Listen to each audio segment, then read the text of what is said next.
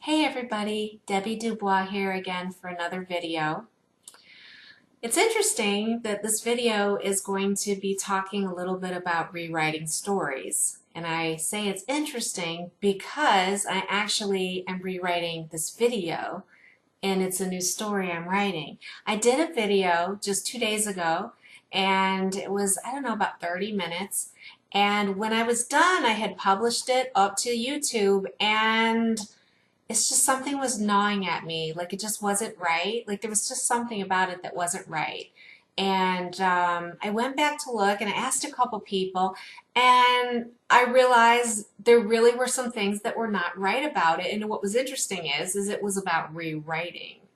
So I made the decision to pull the video and to rewrite it in the way that I felt was coming more from my heart center. And that is something that you get the blessings of as you become more and more whole within yourself. And I think that, when we talk about rewriting stories, and I just wrote an article about it that was pretty well received. If you haven't seen it, I am putting the link below here to the article. So if you haven't seen it, you might want to take a look at it. It was a higher self transmission that talked about what it means to rewrite stories. And rewriting stories really is merely each time something repeats, you get a situation that triggers you in the same way as a past situation. And those are like repeats. And actually, if I really think about it, each time things come up for us, a lot of times we rewrite them. We handle it just a little bit differently.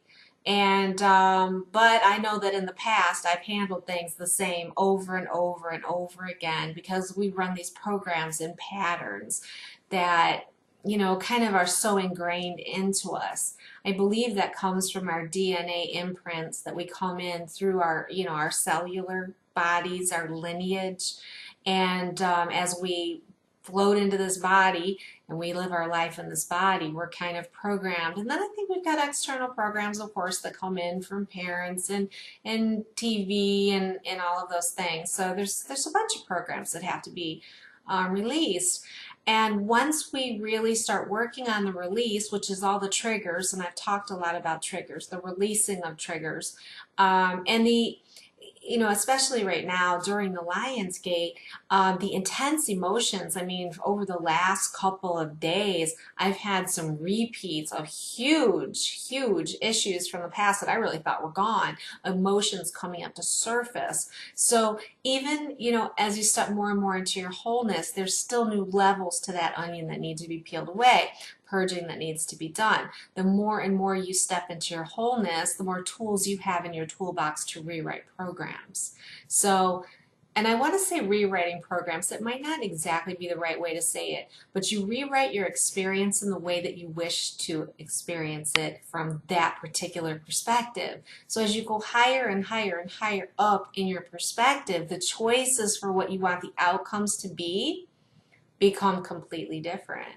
So I began to see that what this does is it allows you to create like a bubble space inside for your own happiness. And you start to, as you start to release a lot of these programs, as you start to know who you are, as you start to come into wholeness, let's just talk again a little bit about what wholeness is. Wholeness is when you feel in your center and you see through a higher perspective of the good of all and you see the connection of all. Wholeness is also knowing who you are and feeling comfortable with who you are. And wholeness is also speaking your truth, saying what you really mean, instead of what you think people want to hear or what you think is the appropriate response, is to really be in touch with who you are and how you feel and being comfortable enough with how you feel that you're able to be your honest, authentic, unique person. And I've talked a little bit about how that has to do with unconditional love. To be able to love someone unconditionally means that they can show up in your experience in any shape or form, and you know that they can't affect your vibration. Now, that doesn't mean they don't affect your vibration, but if you're in a strong enough vibration, they really can't affect you. And so you're able to allow people into your space, and even if it affects your vibration, you know it's you allowing it. And so you can find ways to go manage that vibration, or allow yourself to fall in vibration and say, hey, that's a choice I made. I felt like I'd get down there and get dirty in those vibrations, because that's what I choose to do right now. So, that's a little bit about wholeness. And how do we get there? We get to wholeness by allowing the universe, which is in a sense us, and our guides and our guidance and the entourage of help that we've got from the other side, and the people that we've populated our lives with, to allow all of that process during this ascension period to dig down deep and allow stuff to come up. And when you start to have this stuff coming up, you start to get to evaluate, is this useful for me anymore? Is this really how I want to feel right now? Is this really how I want to behave towards people right now?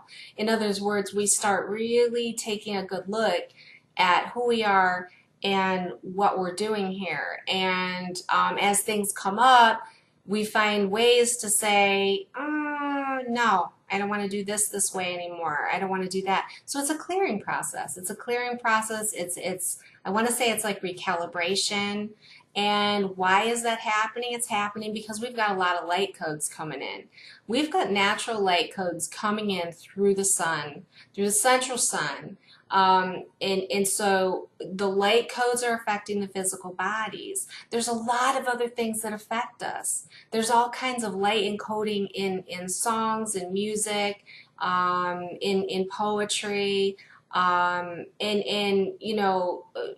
those of you who know Kalina, she speaks light language. There are several people that speak light language that I know. She happens to speak like a ton of light languages, and it basically is for the purpose of the light codes coming in. The light codes are coming in through the vibration of sound in whatever languages that certain souls recognize, and that helps with activations, and it accelerates activations. So everybody in one shape or another are coming into, contact with these light vibrations one way or another, based on their path, how they choose to, I want to say, awaken or become more aware. And as that happens, we are automatically going through a process. And so we shouldn't really concern ourselves terribly much with where am I in the process, how am I doing in the process. The truth is that right here, right now, wherever you're at is exactly where you're supposed to be. As you start to become clearer and clearer, you start to accept more responsibility for your own vibration. And I tend to look at this path for me, what I'm on right now, is mastering my own vibrations, which means like nobody can blow my candle out, or people try really hard, you know who you are, to blow my candle out. But they also know, this person that I'm thinking of also knows that they can't blow my candle out. So it's kind of interesting. It's people come into your life, and this is what it's all for, is to get us to that place where we are able to step into our wholeness. Once you really begin to feel comfortable with who you are, you'll speak your truth. Because what keeps us from speaking our truth, the only thing that keeps us from speaking our truth is the fear that we won't be accepted, that someone's going to abandon us, that they're not going to love us, that they're going to criticize us, so we don't speak our truth.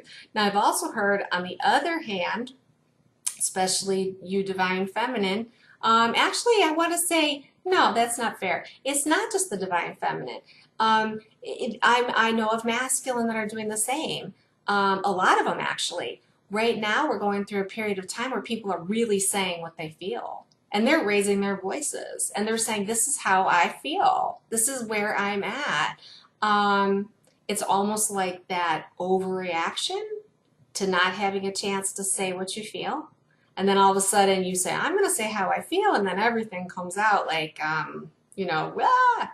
So, but that's again, if that's happening to you, it's part of your process. You just have to start to say, is that really beneficial? Is it really helping? Am I getting the results that I want? So it's again, consciousness, consciousness. So what ends up happening as you start to move into this space of your sacred heart and your own inner knowing and guidance, is you really begin to realize what it is you want. You know what you want in your life, you know what you don't want in your life, and you start to become very comfortable with it. And you begin to live more in the moment of now. And even if you're realizing, there's certain circumstances that are not really the way I want them to be, you don't have to jump in there and say, I'm going to change this and I'm going to do this and I'm going to do that. You literally keep it in your knowing as you live your day-to-day life. It's almost like you wait for the opportunities to respond to something that you really want to respond to without, I think about it this way. I don't know how many of you, relationships growing up or even later, and you've got stuff you want to say and you write it all down and you're trying to take the bull by the horn and this is how I feel and and I really think we ought to, break up, or I really think we ought to take some time, or, we all try to control this stuff. Well, what I'm beginning to find out is that if you just live in the moment of now in your truth, that the universe has a way of unfolding all of this for you. So all of your circumstances are going to come right before you, and from your position right now in this moment of now, you're going to know what an appropriate response is. No, I don't do blackmail anymore. That doesn't resonate with me. Sorry. Be off with you. That's something I say to my daughter. You start to react. No, I'm not comfortable with this situation. I need to do it differently. This just doesn't work for me anymore. And you're so comfortable with it, no one responds in any kind of a negative way.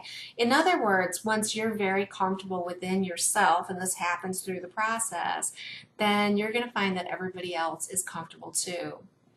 There's one other thing that I wanted to talk about in terms of kind of like a tool in the toolbox, is that a friend of mine, John, and I, identified this piece in coming into your wholeness. Once you're in that place and you get pretty clear, there's something called self-choice, choosing for self. And choosing for self is really part of the creation process. We, especially a lot of women, especially us women that have children, but it's not just women, it's men too. It depends on your personality, but so much of us women, we were conditioned to take care of everybody else before we took care of ourselves. And, and religious teachings are, take care of everybody, go out and be a mission, and, bring everybody to God. All the teachings that we get put everyone first. And most people think, well, to be a good person is to put everybody else first. I think that I'll never forget when someone said that to me. Oh, that doesn't make you a good person. I'm like, what do you mean it doesn't make you a good person? Yes, it does. No, it doesn't. When we put other people first, we aren't necessarily doing what's best for them. I have had a lot of opportunities lately to say, what do I want to choose for me? What do I want to choose for me?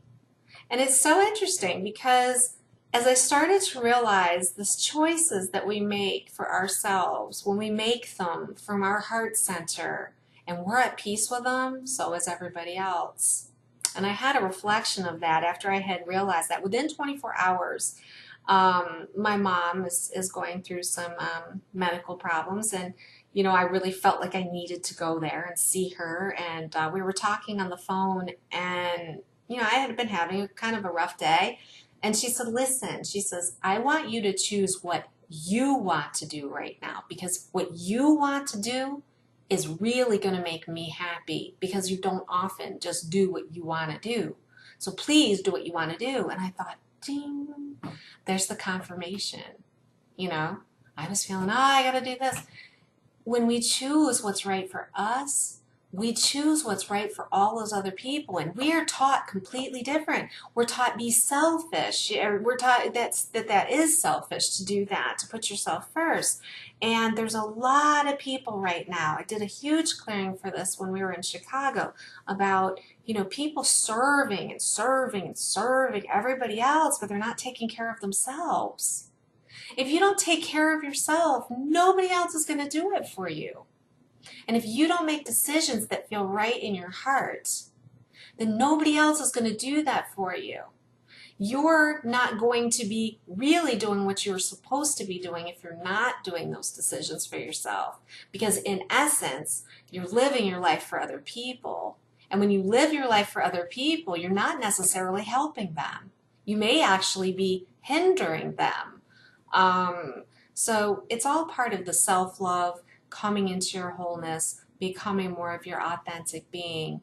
And it was just a piece that I really wanted to share with you today. I really hope that this helps. If you have any questions at all, please do let me know in the comments below, because I really I enjoy engaging with you. I don't know if you have seen, we do a radio show, Kalina Malnar and I do a radio show called Vibrations of Love. And it's one of the things that I absolutely love to do because I love to answer questions. I actually do much better on the fly. I really love people asking questions or just seeking guidance, because it just seems that the information is always right there and coming from the higher space. So if you have questions, please do leave them for me below, and maybe I'll address it in a future video, or maybe I'll talk about it on our radio show. Before I finish, I do want to say that for the eclipse, which is August 21st, Kalina is coming down to Atlanta, and we're going to go be in the direct path of the eclipse. We're going to go live on Facebook and Twin Flames Divine, so you might want to look for that. We're going to, you know, kind of get everyone ready to go to 0 point. We're going to do a 0 point meditation right at the eclipse, which should be really powerful. We're going to be basically, you know, allowing a new space for things to come in. So she's going to be here that weekend from Thursday the 17th through Tuesday or Wednesday, I believe. And we are contemplating doing a small, intimate workshop gathering over that weekend. If you're in Atlanta or you're within driving distance, please go to, we just started a Facebook page for our radio show, Vibrations of Love. So if you want to know more about that, or if you're in driving distance, please let us know, because it is a last minute thing we're pulling together. And we may even do some joint sessions by Skype or whatever. We're gonna be hanging out together for a good 4 or 5 days, and I love the time that I spend with her. It's gonna be a lot of fun. We're also on November 4th, we're gonna do a workshop up in Akron, which is where Kalina is, and that's going to be a lot of fun. So we'll start putting out more information on that. And we're hoping that come February, we will have another much more intensive workshop here in Atlanta. So we hope you'll be tuned in. On this post and almost every post, we do have a mailing link subscription. So if you want to know more about my work, Kalina's work, our collaborative work, our radio show, workshops, articles, or whatever, please do sign up for that. It's a way we can keep in touch, or follow us on blah blah blah Vibrations. Oh my gosh, I'm sorry. Vibrations of Love Radio. Oh my, I guess that's kind of late for me. Anyways, I've really had a good time talking with you. I really hope that this has been of some assistance, and I look forward to talking with you again next time. Have a great day. Bye.